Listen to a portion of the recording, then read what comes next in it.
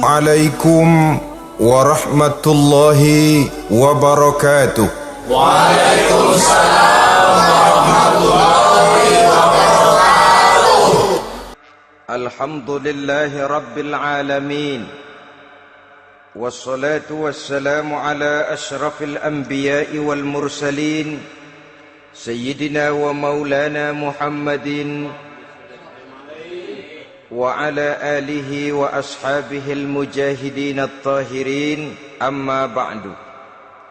Saudara-saudara kaum muslimin seiman dan sekeyakinan yang berbahagia, pada suatu hari seketika sedang berkumpul dengan para sahabat, Rasulullah pernah memberikan peringatan.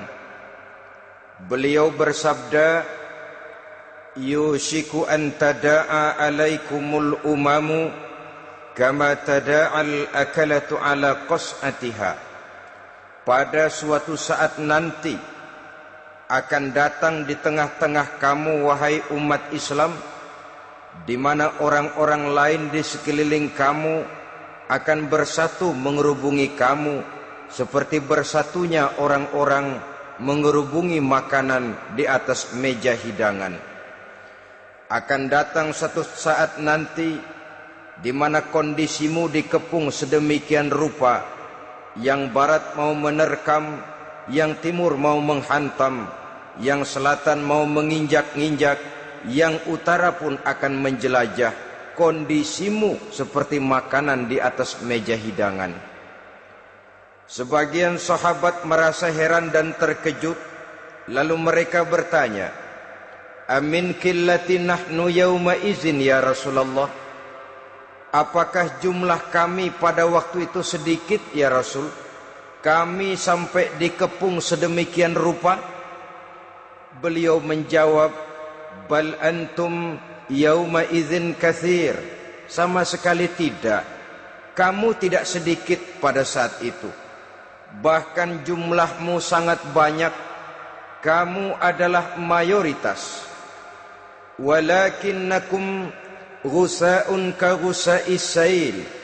Tetapi keadaanmu saat itu persis seperti buih di lautan. Banyak tetapi centang perenang.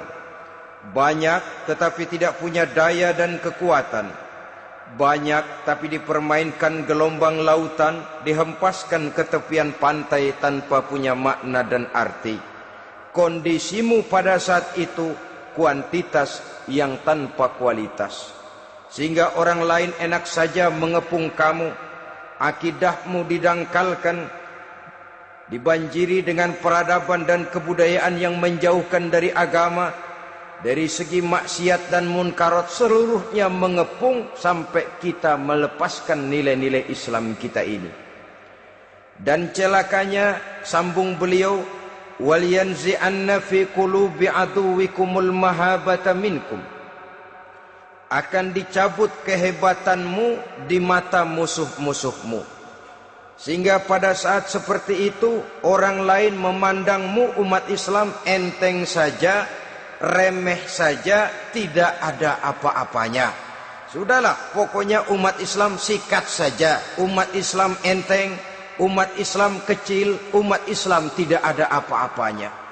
Alangkah ironinya, alangkah menyedihkannya, memilukan dan sekaligus memalukan. Umat yang mayoritas ini dipermainkan oleh yang minoritas. Umat yang jumlahnya terbesar, terbanyak, bahkan konon menurut catatan sampai 90%, tapi dipermainkan oleh mereka kelompok-kelompok kecil ini. Wal yakzifanna fi qulubikumul wahn. Pada saat itu di hatimu dicampakkanlah penyakit wahan. Sahabat kemudian bertanya, wa mal wahnu ya Rasulullah? Apakah penyakit wahan itu ya Rasul? Beliau menjawab, hubbud dunya wa karahiyatul maut. Penyakit wahan itu tidak lain hubbud dunya wa karahiyatul maut. Terlalu cinta kepada dunia dan terlalu takut kepada mati. Materialistis dan takut resiko.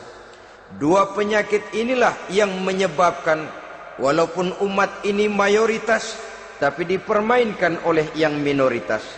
Walaupun dia golongan terbesar, tapi nasibnya seperti makanan di atas meja makan.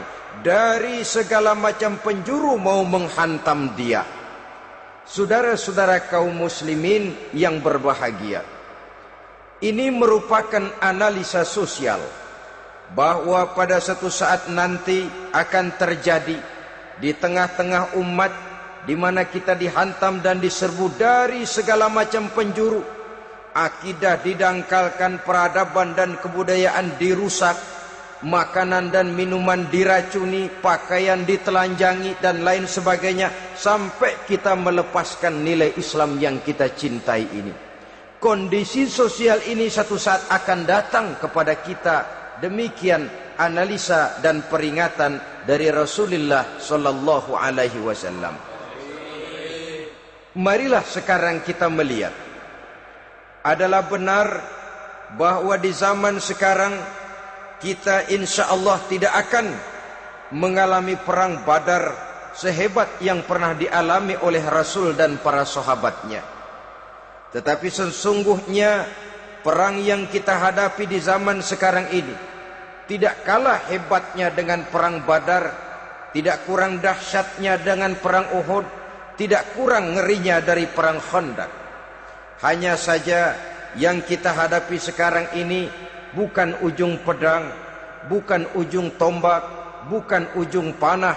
Yang kita hadapi sekarang ini adalah perang akidah, perang ideologi, perang mempertahankan keyakinan. Yang kalau kita kalah sekarang, kita memang masih beragama. Tetapi anak kita, cucu kita, generasi yang akan hidup 5, 10, 20, 30 tahun yang akan datang, wallahu a'lam bissawab. Islam, saudara-saudaraku, tidak mungkin hilang dari dunia. Tetapi tidak mustahil Islam gulung tikar dari desa kita. Tidak mustahil Islam gulung tikar dari kampung dan kota kita, jikalau kita tidak menjaganya, jikalau kita tidak memeliharanya, bahkan jikalau kita tidak mewariskannya kepada anak-anak kita, generasi yang akan datang. Marilah kita mengingat sejenak bagaimana Islam di Spanyol yang pernah jaya, pernah mewarnai daratan Eropa, dan yang sekarang hanya sekedar tinggal ceritanya saja. Ini pernah diperingatkan oleh Rasul dalam satu hadis, sayati ala ummati zamanun la yabqal Islam illa ismun wala minal Quran illa rasmun. Akan datang satu masa di tengah umatku di mana pada masa itu Islam ada tapi hanya tinggal sekedar namanya saja, dan Quran pun ada tapi cuma sekedar tinggal tulisannya saja. Apabila kita tidak mewariskan ini kepada generasi yang akan datang, maka serbuan-serbuan dari berbagai macam penjuru dari hari ke hari semakin kita rasakan kehebatannya. Tidak mustahil sejarah Spanyol akan terjadi di desa kita, akan terjadi di kampung kita, akan terjadi di kota kita. Orang Spanyol kalau mereka cerita kepada anaknya, mereka akan cerita, "Nak, di sini dulu ada masjid." Kapan, Pak? Dulu bener dah. Banyak orang Islam kalau hari Jumat pada sembahyang, kapan itu, Pak? Dulu sekali. Sekarang cuma sekedar tinggal ceritanya saja. Bukankah sesuatu yang sangat tidak mustahil apabila kita tidak menjaga dan mewariskan Islam ini kepada generasi yang akan datang? Maka serbuan-serbuan akan membawakan hasil yang diinginkan oleh para penyerbu itu tadi. Kita sudah menjadi umat yang mayoritas, tetapi umat yang mayoritas ini menurut Rasul dikepung sedemikian rupa, akidahnya didangkalkan, peradaban dan kebudayaannya ditekan sedemikian rupa, kehidupan sosialnya dibuat individualis. Kemudian dari segi pergaulan, pakaian, makanan, minuman dan sebagainya diracuni, sampai dia tidak lagi berpegang teguh kepada agamanya. Dan dikala itu hilang kehebatan umat ini di mata musuh-musuhnya. Orang lain memandang kita ringan saja, enteng saja, satu umat yang sudah kehilangan wibawa. Padahal konon kabarnya kita mayoritas, tapi enak saja dikutak-kutik orang lain. Dan dikala itu di hati kita merajalela penyakit wahan. Penyakit wahan itu apa? Pertama, hubbud dunia, terlalu cinta kepada dunia. Terlalu cinta kepada dunia yang menyebabkan kita lupa akan tanggung jawab dan kewajiban, lupa meneruskan dan mewariskan Islam kepada generasi yang akan datang. Kita berlomba hanya untuk mengejar dunia dan seluruh isinya. Baik dia bernama material, baik dia bernama seksual, baik dia bernama pangkat, jabatan dan kedudukan, berlomba-lomba kita di dalamnya. Sampai tercampaklah penyakit hubbud dunia di dalam hati ini. Berurat dan berakar dunia itu, sulit dan berat kita berpisah daripadanya. Akibatnya kemauan untuk berbuat demi dan atas nama agama sangat sulit terwujud di dalam kehidupan ini. Yang kedua, karahiyatul maut, terlalu takut kepada mati. Baik mati ajal, mati dalam artian yang sebenarnya, baik mati usahanya, baik mati karirnya, baik mati pangkat dan jabatannya. Sehingga dengan demikian akibatnya jatuhlah kita menjadi umat yang kehilangan wibawa di mata orang lain. Saudara-saudara kaum muslimin rahimakumullah, saya katakan tadi, perang yang kita hadapi di zaman sekarang adalah perang akidah. Perang menghadapi peradaban dan kebudayaan yang menghancurkan moral daripada anak-anak kita. Perang menghadapi banjirnya maksiat dan munkarat, yang di tengah-tengah itu, di samping berkewajiban menjaga diri dan keluarga, kita pun juga berkewajiban menjaga anak-anak kita, generasi yang akan datang, mengarahkan dan mendidik mereka sesuai dengan yang dikehendaki oleh Allah Subhanahu wa ta'ala. Oleh sebab itu, pada pertemuan kali ini yang akan saya bicarakan ialah bagaimana idealnya seorang muslim lebih dahulu memberikan pendidikan kepada anak-anaknya. Di tengah satu situasi dan kondisi di mana serbuan datang silih berganti melanda dan menghantam umat Islam, kemana anak-anak kita ini harus kita arahkan? Karena kita orang tua mempunyai tanggung jawab. Anak adalah amanah, menyia-nyiakan amanah adalah dosa, dan dosa itu merupakan satu dosa yang besar. Bahkan orang tua bisa saja masuk neraka kalau tidak bertanggung jawab tentang anak-anaknya. Satu riwayat menjelaskan, ada orang soleh, ngajinya cukup, solatnya cukup, puasanya cukup, zakatnya cukup, di mana ada majelis taklim hadir, baca Quran hobi, fitnah orang tidak pernah. Di akhirat setelah disidang dia ternyata lebih banyak kebaikannya daripada kejahatannya, maka dia pun diperintahkan dan dipersilahkan masuk ke dalam surga. Giliran anaknya disidang, biang okem nih anak. Ditanya, siapa Tuhanmu? Tidak tahu. Siapa nabimu? Tenyaho. Apa kitabmu? Ora gelem. Kamu pernah sholat? Tidak. Zakat? Tidak. Puasa? Tidak. Judi? Hobi. Zina? Tiap malam. Mabuk? Berat. Wah, brengsek kamu. Kebaikan tidak ada barang sedikit pun, sementara kesalahan dan dosa berlipat ganda. Kamu neraka. Anak ini protes. Benar, saya tidak kenal siapa Tuhan saya. Saya tidak tahu siapa Nabi saya. Saya tidak tahu kitab suci dan kiblat saya. Saya tidak sholat, tidak zakat, tidak puasa. Tiap malam saya judi, saya zina, saya mabuk. Tapi saya kerjakan semua itu karena saya tidak tahu dan orang tua saya tidak pernah memberitahu saya. Dia enak-enakan hadir di majelis taklim, saya nyekek botol, didiemin saja. Dia enak-enakan baca Quran, saya zina, didiamkan saja. Saya bukan tidak mau, orang tua saya sama sekali tidak pernah mendidik saya. Dia mau benar sendiri. Maka kalau sekarang saya harus masuk ke dalam neraka, saya menuntut agar orang tua saya ikut sama-sama bergabung dengan saya ke dalam neraka. Gara-gara dia tuh saya jadi begini. Orang tuamu yang mana? Tuh, yang barusan mau ke surga. Ini orang tua yang sudah mau berangkat ke surga dipanggil. Sebentar dulu mas. Ini benar anak kamu? Iya pak. Waktu di dunia kamu tidak pernah ajarin dia ngaji? Sampai dia tidak kenal Tuhannya, tidak kenal nabinya, tidak kenal kiblat dan kitab sucinya? Iya pak. Dia tidak sholat, kamu diamkan saja.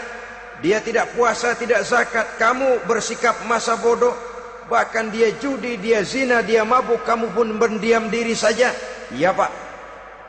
Tahukah kamu bahwa anak ini adalah amanah? Menyia-nyiakan amanah artinya khianat, dan khianat adalah dosa yang sangat besar. Kamu tidak bertanggung jawab, maka kamu, anakmu gabung ke dalam neraka. Saudara-saudara kaum muslimin rahimakumullah, itu sebabnya Allah pesan benar-benar, ya ayyuhalladzina amanu qu anfusakum wa ahlikum nara. Hai orang-orang yang beriman, jaga dirimu dan keluargamu, istri, anak, orang-orang yang menjadi tanggung jawab dan kewajiban kita, jaga dan pelihara mereka dari api neraka. Saudara-saudara kaum muslimin, lalu kalau kita orang-orang tua yang hidup di zaman sekarang ini sudah sering beristighfar, mengurut dada, melihat situasi, membaca peta keadaan, konon tantangan yang akan dihadapi oleh anak-anak kita 15, 20, 25 tahun yang akan datang jauh lebih berat dari apa yang kita hadapi sekarang ini.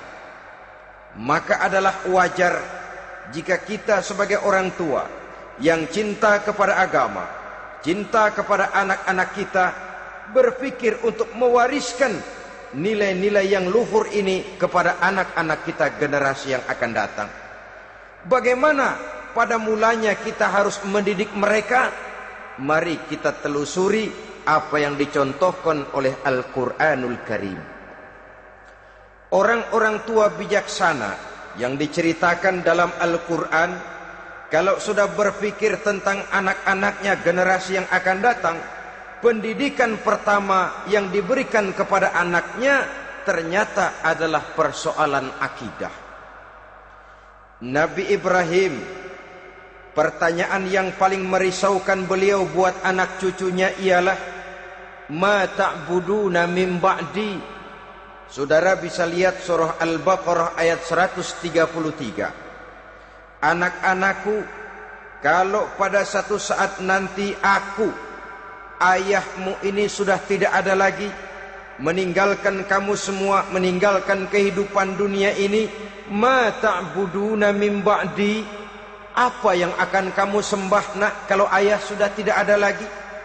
Jikalau ayahmu sekarang masih rajin ke masjid, melakukan rukuk dan sujud, i'tikaf dan membaca Quran, kalau satu saat ayahmu meninggalkan dunia ini, masihkah engkau mau ke dalam masjid? Masihkah engkau rukuk dan sujud? Masihkah engkau i'tikaf? Ma ta'buduna min ba'di, apa yang akan kamu sembah kalau aku ayahmu tidak ada lagi nak? Ditanamkan bukan hanya keyakinan bertauhid, sekaligus juga menyembah kepada Allah yang kita yakinkan dengan tauhid itu tadi. Bukankah berbeda dengan kita kebanyakan orang tua sekarang? Kita tidak pernah berpikir ma ta'buduna min ba'di. Kalau bapak tidak ada, kamu nyembah apa nak? Kita orang tua sekarang pagi-pagi malah berpikir, ma ta'kuluna min ba'di. Kalau bapak enggak ada, kamu nanti makan apa, nak? Bukan nyembah apa yang kita pertanyakan, bukan nyembah apa yang kita khawatirkan, makan apa, nak? Maka yang dicari lalu sekolah-sekolah yang bonafit, yang tidak peduli apakah itu merusak imannya, mematikan akidahnya, menghancurkan keyakinannya. Yang penting ada jaminan hari depan bisa dapat lapangan kerja.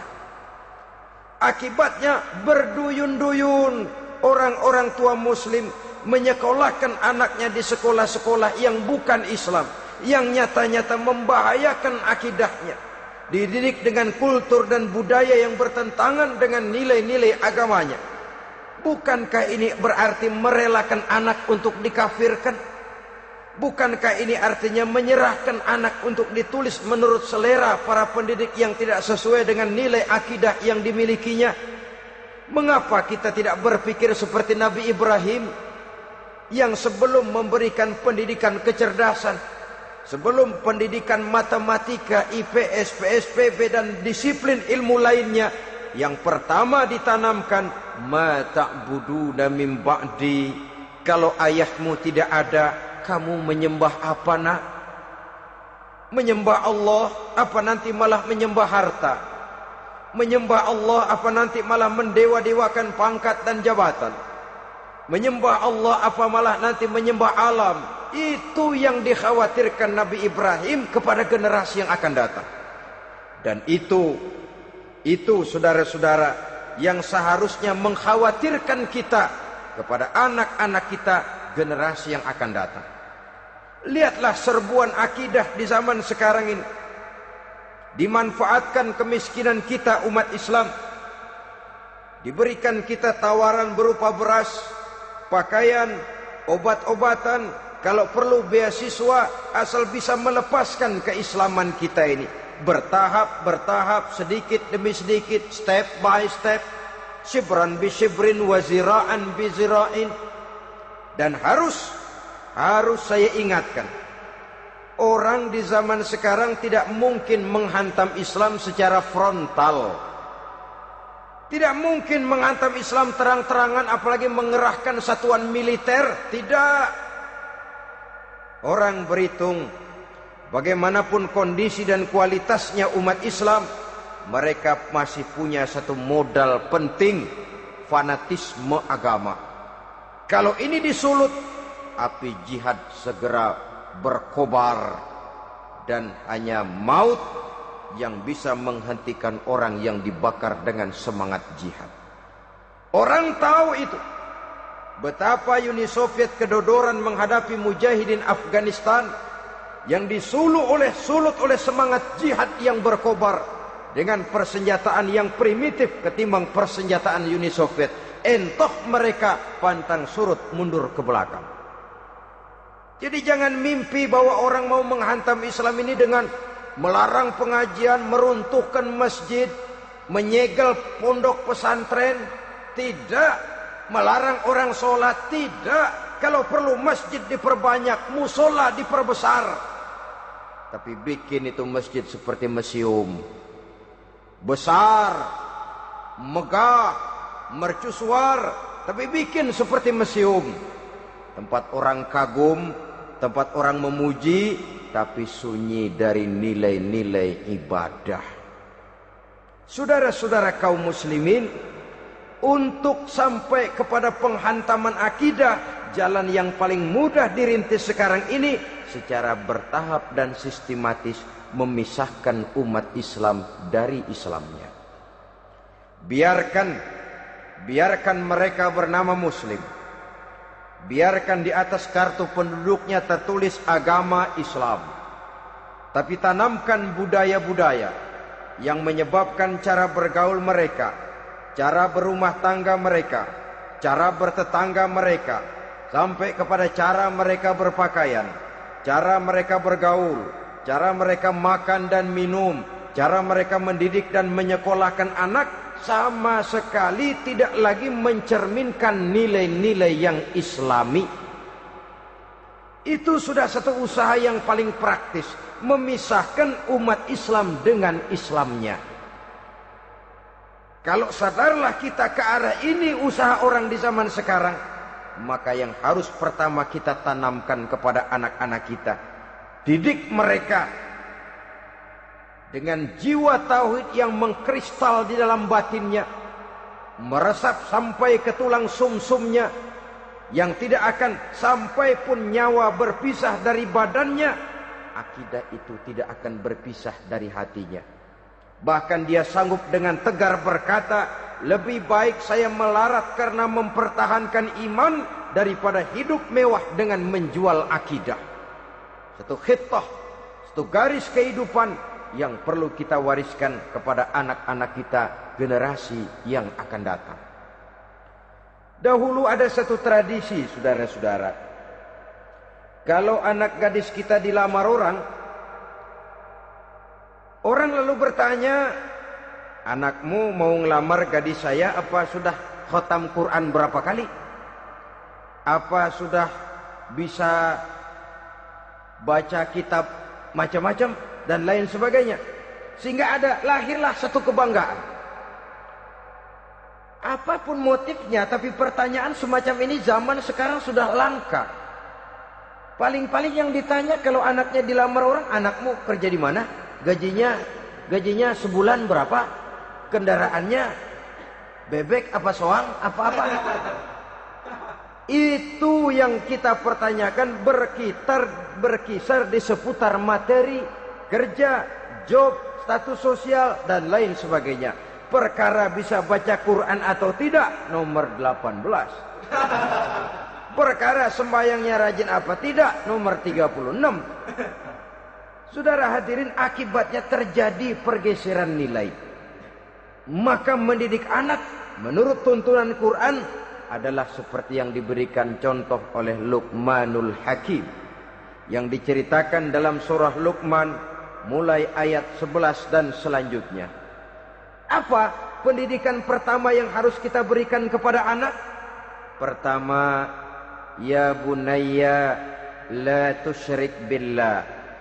Wahai anakku, jangan sekali-kali engkau menyekutukan Allah. Nak, jaga tauhid, pelihara iman, mantapkan akidah. Ini dasar yang pertama. Belum lagi anak mengenal berbagai macam disiplin ilmu, yang pertama ditanamkan tauhid. Ini yang mendasari kehidupan. Ini yang akan mewarnai dan menjadi warna dari kepribadian seseorang. Sentuhan jiwa tauhid di dalam diri si anak. Belum lagi sempat dia kenal yang lain. Yang pertama yang kita tanamkan, kita wariskan, kita berikan, la tusyrik billah. Jangan sekali-kali menyekutukan Allah. Nah, kalau ini sudah tertanam, ini sudah merupakan satu fondasi yang kuat. Selebihnya nanti tinggal melihat bakat si anak, kemana dia harus dididik. Yang terpenting nilai iman lebih dahulu tanamkan. Dan untuk menghancurkan nilai keimanan, saudara-saudara, saya katakan, ingatkan kepada hadis di awal tadi, dikepung kita dari berbagai macam penjuru agar bisa melepaskan nilai-nilai iman dan keyakinan. Proses pendangkalan akidah, ditanamkan keraguan kepada agama, ditanamkan rasa malu beragama, sholat malu, baca Quran malu, berangkat ke masjid malu, pakai jilbab malu. Ditanamkan rasa malu beragama, sehingga bertahap sedikit demi sedikit kita mulai berpisah dengan kehidupan beragama. Ditanamkan hal yang sedemikian rupa dari berbagai macam penjuru. Dihantam akidah, akidah kuat. Dihantam dari segi peradaban dan kebudayaan. Diperbanyaklah peradaban dan kebudayaan yang bukan mendekatkan kita dengan agama, malah mendekatkan kita dengan neraka. Menjauhkan kita dari agama, menjauhkan kita dari nilai-nilai luhur yang diwariskan oleh orang-orang tua kita terdahulu.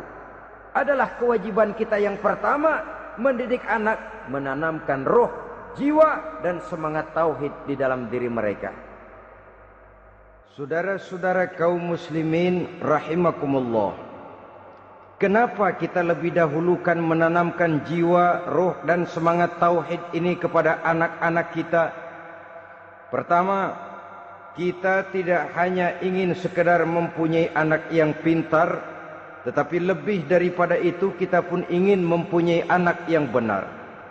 Segala macam disiplin ilmu, segala macam bentuk penalaran ilmiah dan pengisian intelektualitas manusia mungkin di satu sisi akan membuat dia pintar, tapi di sisi lain belum tentu akan membuat dia benar. Nabi pernah memberikan peringatan, "Man izdada ilman wa lam yazdad huda, lam yazdad minallahi illa bu'da." Orang yang hanya bertambah ilmu pengetahuannya tapi tidak bertambah hidayah dari Allah, tidak makin mantap keimanannya, maka seluruh nilai-nilai ilmunya hanya akan menjauhkan dia dari Allah Subhanahu wa taala. Dan adalah lebih merupakan azab daripada nikmat kalau kita diberikan ilmu pengetahuan yang hanya akan menyebabkan kita semakin jauh dari Allah Subhanahu wa taala. Yang kedua, sesungguhnya roh, jiwa dan semangat tauhid yang melekat dalam diri anak pada puncaknya akan melahirkan satu disiplin murni yang tumbuh dari dalam dirinya sendiri, di mana si anak dalam kehidupannya merasakan dimanapun dia berada, kemanapun dia pergi, ia selalu merasakan kehadiran Allah dekat dalam hidupnya. Ia sadar sesadar-sadarnya bahwa tidak ada satu perbuatan yang bagaimanapun kecilnya yang bisa disembunyikan dari kekuasaan Allah Subhanahu wa taala.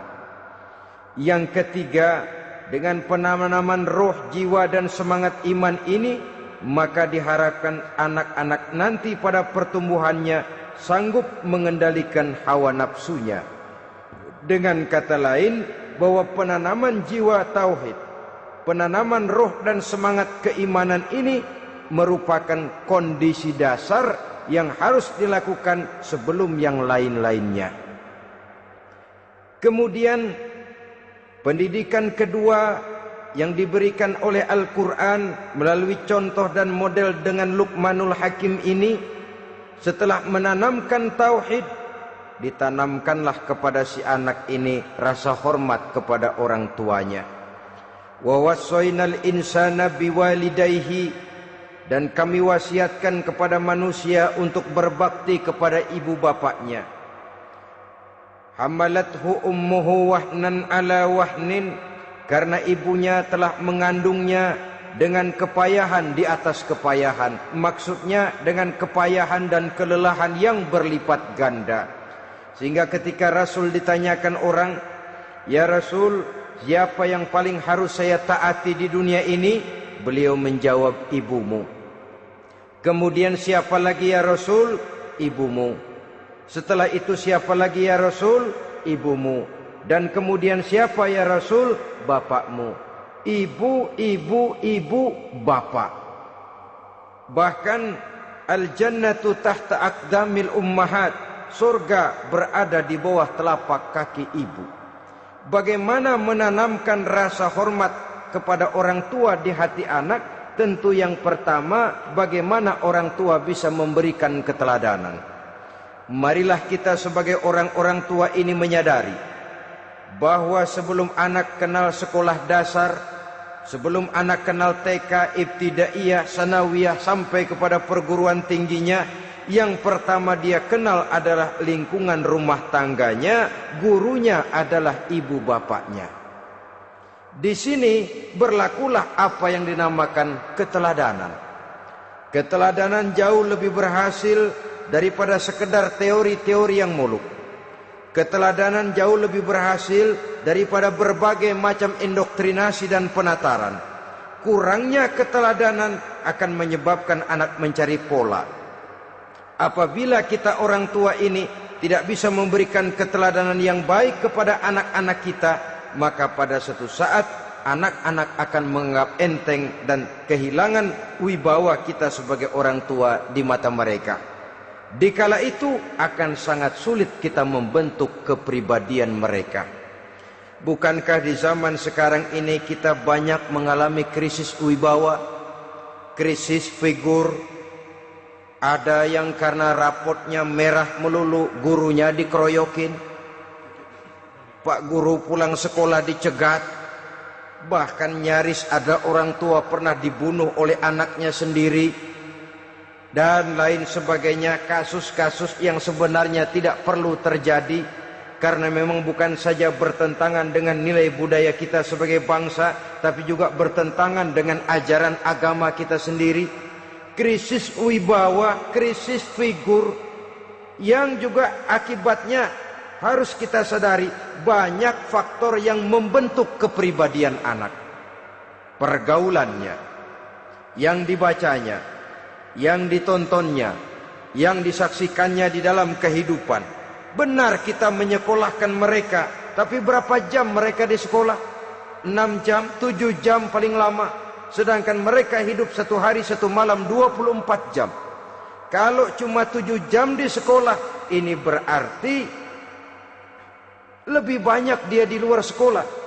Dan di luar sekolah itu artinya ya rumah tangganya, ya temannya, ya lingkungan di mana dia tinggal, yang seluruhnya sangat besar pengaruhnya dalam ikut membentuk kepribadian anak-anak kita.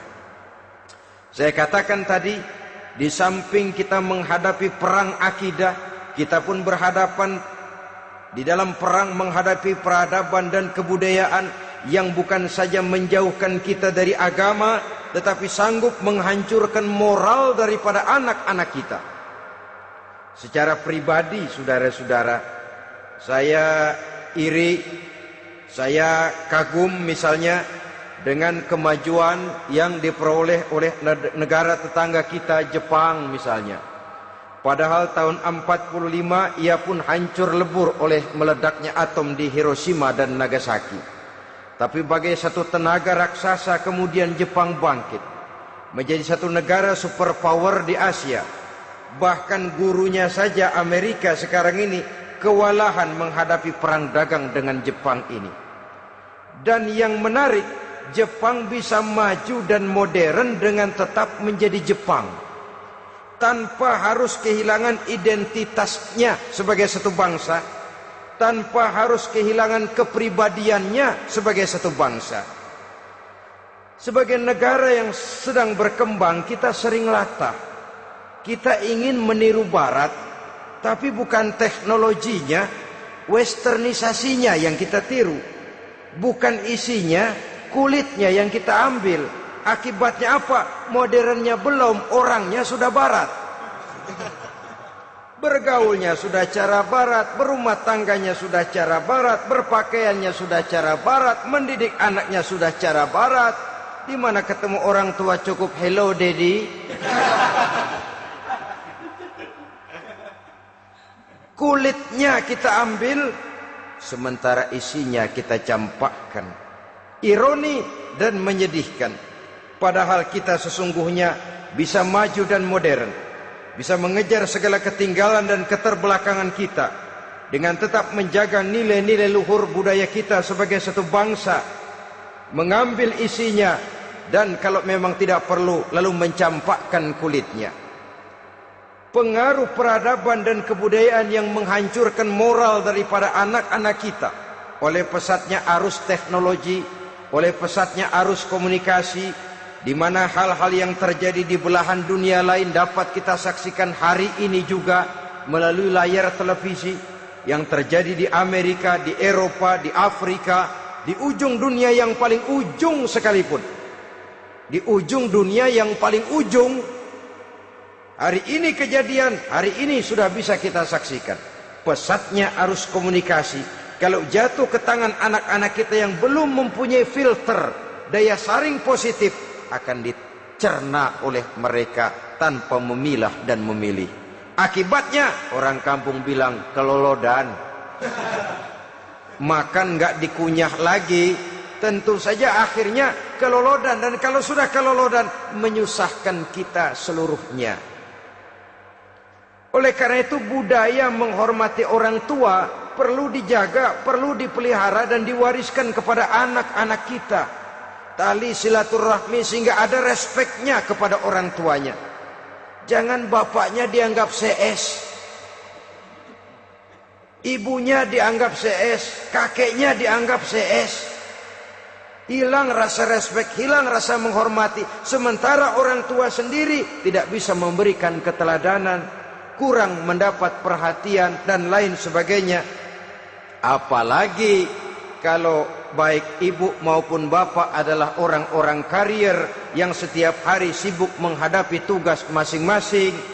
Bapak sibuk rapat, pindah kantor sana kantor sini, ibu sibuk arisan, besarlah anak-anak di tangan pembantu dan lain sebagainya, sehingga dia merasa kurang mendapat perhatian, dan ini akan ikut membentuk warna dari kepribadian yang dimilikinya. Sampai kepada pelosok-pelosok desa, jaringan televisi memang menguntungkan. Tapi kalau sudah sampai kepada menayangkan budaya-budaya yang tidak sesuai dengan pola di mana mereka tinggal, pola lingkungannya, dan ingin mereka terapkan dalam kehidupan, ironi dan menyedihkan. Maka sering dikatakan, jikalau ABRI masuk desa, rakyat beruntung. Jikalau listrik masuk desa, rumah jadi terang. Jikalau koran masuk desa, rakyat jadi cerdas. Jikalau hakim masuk desa, rakyat lalu sadar hukum. Tapi jikalau maksiat dan munkarat masuk desa, minuman keras masuk desa, judi masuk desa, pelacuran masuk desa, rakyat tentu kiamat. Dan kita harus punya budaya untuk memilah dan memilih, mempunyai filter untuk jadi daya saring positif. Oleh karena itu, saudara-saudara, tahap kedua setelah menanamkan jiwa tauhid kepada anak, tanamkan rasa hormat kepada orang tuanya. Orang tua itu ibu bapaknya, orang tua itu guru-gurunya yang mengajarkan dia, atau yang dianggap tua yang lebih senior dari dia. Karena tidak ada satu peradaban yang berdiri sendiri. Bagaimanapun maju dan modernnya kita sekarang, tentu merupakan mata rantai yang berkaitan dari generasi terdahulu. Ini yang kedua. Setelah tauhid, berbakti kepada ibu dan bapak. Tidak ada satu kebahagiaan yang bisa ditegakkan di dunia ini tanpa doa, tanpa restu daripada ibu dan bapak. Ini keramat hidup. Doanya dikabul Allah dan kutubnya juga dikabul oleh Allah Subhanahu wa ta'ala. Jadi mendidik anak setelah menanamkan jiwa tauhid, menanamkan rasa hormat dan taat berbakti kepada ibu bapaknya. Itu yang kedua. Kemudian yang ketiga, melalui model Luqman, Quran mendorong kita untuk mendidik anak, menanamkan etika otonom. Apa itu? Ya bunayya innaha in takum mithqala habbatin min khardalin fatakun fi sakhratin aw fis samawati aw fil ardi ya'ti biha Allah. Wahai anakku, sesungguhnya kalau ada satu kebaikan yang kamu kerjakan, kecil, tidak nampak oleh pandangan mata yang zahir, yang kecil itu tersembunyi di puncak langit, di dasar bumi yang paling dalam, atau di tengah batu hitam sekalipun, Allah pasti mengetahuinya dan pasti akan memberikan balasan yang seadil-adilnya. Pendidikan apa ini? Pendidikan moral, menanamkan etika otonom. Nah, kau berbuat baik jangan karena dilihat orang. Kau tidak mau melakukan kejahatan jangan cuma karena ada polisi. Kalau ada polisi kau tidak mau jahat, kucing juga begitu. Coba lihat kucing, taruh ikan asin di piring kaleng, tongkrongin. Aduh, kucing kalem, sopan, tenang. Sedikit kita lengah, habis ikan digarap. Tapi ditanamkan satu kesadaran, kemanapun kau pergi, apapun yang kau kerjakan, tersembunyi di tengah batu, di dasar bumi, di puncak langit, Allah pasti tahu. Dalam bahasa yang ringan, kita ini diawasi oleh dua hiperkomputer yang maha sensitif. Produksi langit mereknya Rokib dan Atid. Itu komputer yang sangat peka dan sensitif. Jangankan kita berbuat, kita berniat baik saja, komputer sudah nyatat sendiri. Inilah yang orang sekarang namakan waskat, pengawasan malaikat. Kalau hidup sudah merasa diawasi oleh malaikat, waskat berhasil. Tapi kalau waskat sudah diawasi malah nekat, itu yang gagal. Atau yang diawasi dan yang mengawasi sama-sama sepakat, itu juga bisa cincai. Saudara-saudara kaum muslimin rahimakumullah, waskat dalam pengertian kita muslim, bagaimana hidup ini merasakan diawasi oleh malaikat. Intelektualitas yang tinggi sekalipun, IQ yang nilainya plus sekalipun, disiplin ilmu yang bagaimanapun banyak yang memenuhi benak kita, tanpa diiringi oleh etika otonom, orang sering mencari celah dan kesempatan. Mencari celah dan kesempatan. Tapi kalau sudah merasa, kemanapun saya pergi, dimanapun saya berada, kebaikan bagaimanapun sekecilnya saya lakukan, toh Allah pasti akan memberikan balasan. In khairan fa khairun, wa in syarran fa syarrun. Jikalau baik, baik balasan yang kita terima. Jikalau jahat, jahat kejahatan yang kita terima. Kalau sudah ke arah ini kita berpikir, maka sesungguhnya kalau kita berbuat baik kepada orang lain, hakikatnya kita sudah berbuat baik kepada diri kita sendiri. Lalu tidak ada merasa rugi berbuat baik kepada orang. Karena manakala dia melakukan kebaikan kepada orang lain, artinya dia sudah berbuat baik untuk dirinya sendiri. Jadi setelah tauhid, kemudian berbakti kepada ibu bapak, yang ketiga baru pendidikan tentang akhlak, tentang moral. Pola ini yang sering terlupakan oleh kita, bahwa bagi kita itu pendidikan tidak lain upaya mencerdaskan otak anak. Jangan sampai sebab ini kelihatannya pembangunan makin maju, persaingan hidup makin tajam, tensi ekonomi semakin tinggi, sementara jumlah tenaga kerja dengan lapangan kerja yang tersedia jauh dari mencukupi. Jikalau tidak membekali anak dengan pendidikan yang menunjang lapangan pekerjaan, orang tua khawatir, takut sekali anaknya jadi gelandangan. Dikhawatirkannya kehidupan dunia ini, sementara dia lupa kalau anaknya bisa jadi gelandangan di akhirat. Padahal selama-lamanya gelandangan di dunia, paling seumur manusia itu 60 tahun, 70 tahun lah umur orang sekarang. 70 itu sudah luar biasa itu. Tapi kalau harus menggelandang di akhirat, menjadi gelandangan di akhirat, alangkah menyedihkannya. Apakah akan kita korbankan satu kehidupan yang langgeng, abadi, cuma karena tertipu oleh fata morgana dan kamuflase? Kita korbankan yang sedikit, kita korbankan yang besar karena kita memilih yang sedikit. Dalam bahasa Al-Quran memang pernah diceritakan hidup ini hakikatnya perlombaan, saudara-saudara. Perlombaan. Dan di dalam perlombaan itu ada yang menang, ada yang kalah. Al-Quran lalu memberikan peringatan, Alhaakumut takatsur, kamu telah lalai karena berlomba-lomba memperbanyak harta, mempertinggi pangkat dan kedudukan, hatta zurtumul maqabir, sampai kamu akan masuk ke liang kubur baru sadar. Apalagi kalau nafas sudah sampai di tenggorokan. Persis Fir'aun sudah tenggelam di lautan merah, mau mampus, baru dalam sekaratnya amantu bi Rabbi Musa wa Harun. Kalau begini caranya, saya juga percaya kepada Tuhan Musa dan Harun, percaya kepada Allah. Sudah mau mati, baru amantu bi Rabbi Musa, kami percaya kepada Tuhan Nabi Musa, kata Fir'aun. Malaikat maut kesal benar, dilelepin terus di laut. Mampus tuh sekalian. Hidup ini memang kita berlomba. berlomba dengan waktu, berlomba dengan umur, berlomba dengan tenaga, berlomba dengan tetangga. Yang jangankan kita sampai mundur, berhenti saja sejenak, kita akan ditinggalkan oleh yang lain.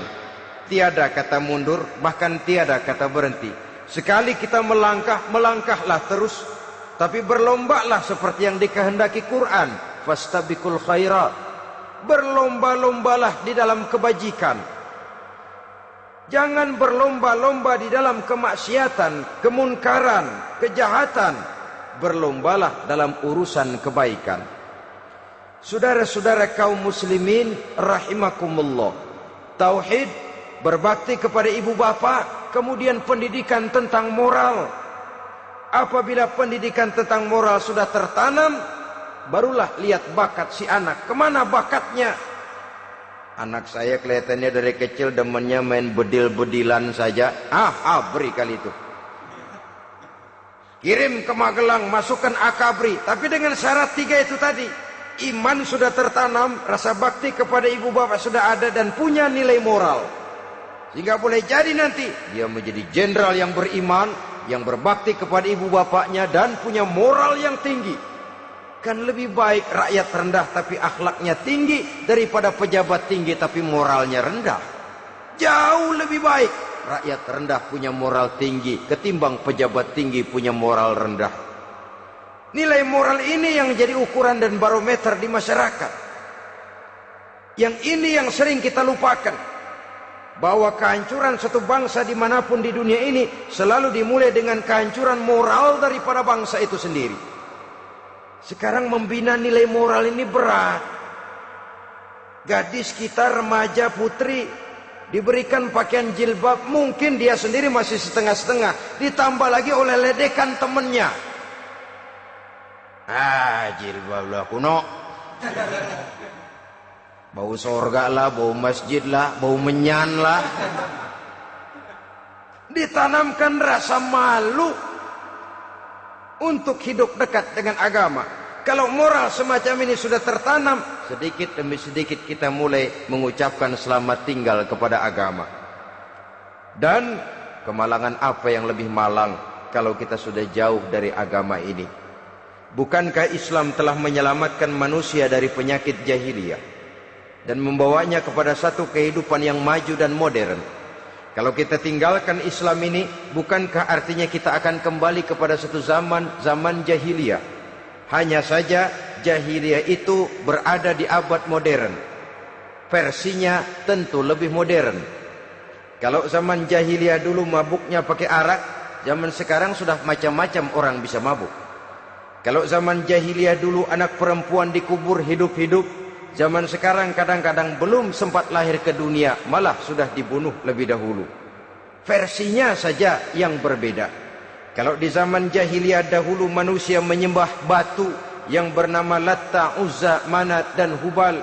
Di zaman jahiliyah modern sekarang ini, orang sering menyembah kepala bagiannya, sering menyembah atasannya, sering menyembah komputer, sering menyembah teknologi modern yang lebih diyakininya daripada Allah sebagai keyakinan sentral di dalam hidupnya. Saudara-saudara kaum muslimin rahimakumullah. Jadi yang ketiga, nilai moral yang ditanamkan kepada anak-anak kita supaya dia bisa menghadapi tantangan-tantangan hidup yang semakin berat ini dengan tetap berpegang teguh kepada nilai-nilai moral yang diwarnai oleh jiwa keimanannya yang bersumber dari ajaran agamanya. 3. Kemudian yang keempat, barulah tatanan kehidupan sehari-hari. Apa kata Luqman? Ya bunayya aqimis shalah. Setelah bertauhid, berbakti kepada ibu bapa, punya nilai moral. Ya bunayya aqimis shalah, nak dirikan solat. Rumah tangga muslim. Anak berumur 7 tahun sudah berani meninggalkan solat. Kata Nabi, pukul.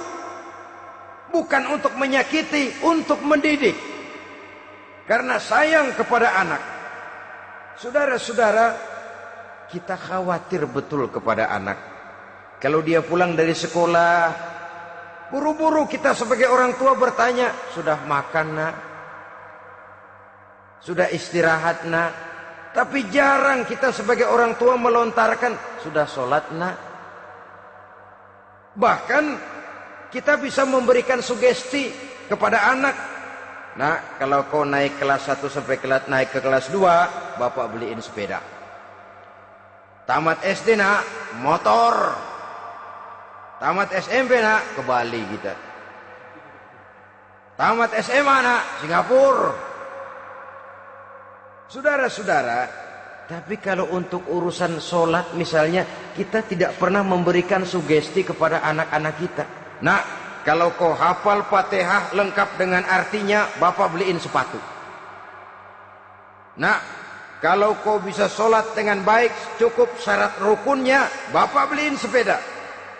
Ada rangsangan, ada sugesti yang membuat anak lebih tergerak untuk hidup dalam suasana keagamaan. Ya bunayya aqimis sholat, nak dirikan sholat. Sebab ini sandaran vertikal yang paling langsung antara manusia dengan Tuhannya. Menyadari bahwa sepanjang yang bisa dilakukan oleh manusia hanyalah berusaha, dan kepastian sepenuhnya ada di tangan Allah. Dengan sholat kepribadianmu diperteguh, dengan sholat sandaran vertikalmu kepada Allah diperkuat. Dan pada waktunya nanti Al-Quran memberikan bimbingan, hendaklah minta tolong kepada Allah dengan sabar dan tetap mendirikan sholat. Ya bunayya aqimis sholat. Setelah itu, wa'mur bil ma'rufi wanha 'anil munkar. Tegaklah membina yang ma'ruf, tegaklah mencegah yang munkar. Ini sikap hidup sudah. Sholat tadi tugas hidup. Lalu sikap hidup tampil di tengah masyarakat, membina yang ma'ruf, mencegah yang munkar sesuai dengan kesanggupan masing-masing. Bukankah setiap kita kepingin punya anak yang bermanfaat, setidaknya bagi keluarganya, syukur kalau bisa bagi lingkungannya, bagi masyarakat, bangsa dan negaranya. Dan satu di antara tanda orang yang bermanfaat, kalau dia bisa hidup menjadi penganjur yang ma'ruf dan pencegah yang munkar. Dan itu kalau tidak ada hidayah, sulit orang mau melaksanakan itu. Sebab apa? Ada kecenderungan belakangan ini di mana agama dianggap urusan pribadi. Sehingga orang lalu sering bilang, jangan bawa-bawa agama dah, itu kan bukan urusan agama. Ini sudah ciri berpikirnya sekuler. Jangan bawa-bawa agama. Agama urusan pribadi, artinya orang mau sholat mau enggak, jangan bilang apa-apa dah. Urusan dia sendirian. Dia mau puasa dia enggak, merdeka saja, urusan pribadi. Agama bukan persoalan pribadi. Apalagi jika sudah menyangkut amar ma'ruf dan nahi munkar. Siap menegakkan yang baik, mencegah yang munkar, untuk tegaknya satu masyarakat yang diwarnai oleh kebaikan dan terhindar dari segala macam kejahatan. Dan terus ayat-ayat selanjutnya mencerminkan sikap hidup. Namun yang intinya, cara mendidik anak yang baik yang dicontohkan oleh Al-Quran dengan Luqmanul Hakim sebagai model. Pertama, tanamkan tauhid. Yang kedua, tanamkan rasa hormat dan berbakti kepada ibu bapaknya. Yang ketiga, tanamkan moral, nilai akhlak yang tinggi. Setelah itu yang keempat, biasakan hidup dalam suasana keagamaan. Kontrollah sholatnya, kontrollah baca Qur'annya, kontrollah puasanya di bulan Ramadan. Ajaklah anak-anak sholat berjamaah, sehingga dengan demikian dia terbiasa oleh satu suasana yang mendekatkan dia dengan nilai agamanya. Dari sana diharapkan nilai-nilai ilmu yang didapatnya dari bangku sekolah akan menciptakan keseimbangan dengan yang ditanamkan oleh orang tuanya dalam bentuk yang dijelaskan oleh surah Luqman itu tadi. Sehingga apabila keseimbangan ini terwujud, akan menjalin keseimbangan dalam pola berpikir, dan keseimbangan dalam pola berpikir akan melahirkan keseimbangan dalam perbuatannya. Terwujudlah kita harapkan insan yang fid dunya hasanah wa fil akhirati hasanah. Inilah harapan kita semua. Mudah-mudahan Allah memberikan kekuatan kepada kita untuk mewariskan nilai-nilai yang baik kepada generasi yang akan datang, sehingga esok harus lebih baik daripada hari ini, dan lusa harus lebih baik daripada hari esok. Terima kasih atas perhatian saudara. Mohon maaf atas segala kekurangan. Usikum wa nafsi bitaqwallah. Wassalamualaikum warahmatullahi wabarakatuh.